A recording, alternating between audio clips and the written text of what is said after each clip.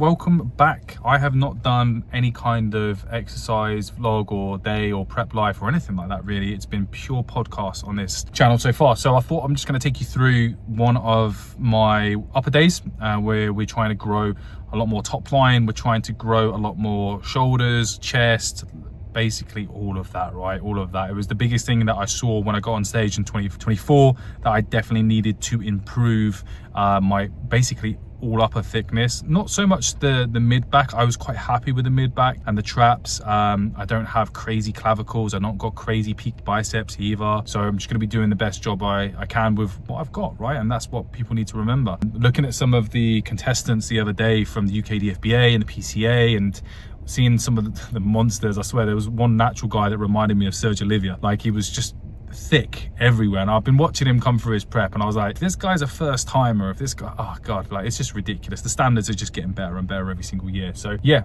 we're going to travel now to Iron Bodies, which is like Dunstable way. I'm in Aylesbury right now. I've just finished clients for the morning. I'm going to go there, train, eat, shower, and then come back for evening gang, I like to call them. So yeah, until we get to the gym. Catch you in a sec. All right, gang, we are here. So this is full body one upper session, a little bit bigger than the other session that I have. Like, so it's kind of mainly aimed at the upper body with some legs throughout that, because I just don't need bigger legs. I need more upper body mass. So for starting off, we're doing some neck nods. I find that doing this, like, I get some like really nice feeling when I do some neck nods as a warm up. So I'm thinking about doing these with like resistance bands or potentially even getting that headgear. Not too sure about that yet. Do some face pulls.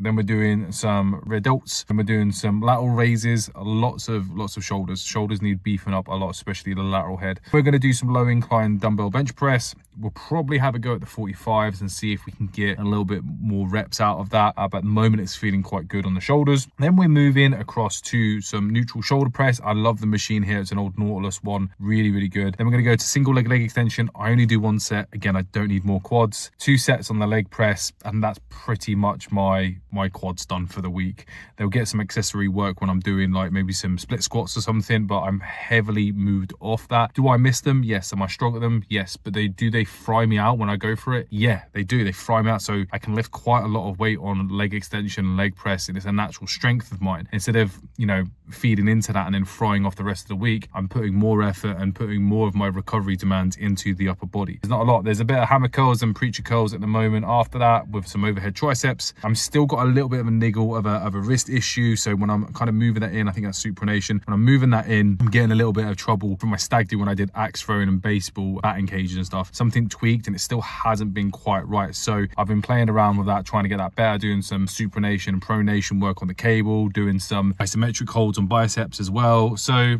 yeah, still playing around with that. It feels fine for triceps, but hammer curls fine as well. But anything that I'm supinating that arm round into that bicep curl position, still giving it some issue. And it's been about 2 months now. So yeah, I may need to go get that looked at, just to double check there's nothing wrong with that. It might just take time. Again, it could be something that takes 3 to 6 months to. So without further ado, we're going to get cracking on with it.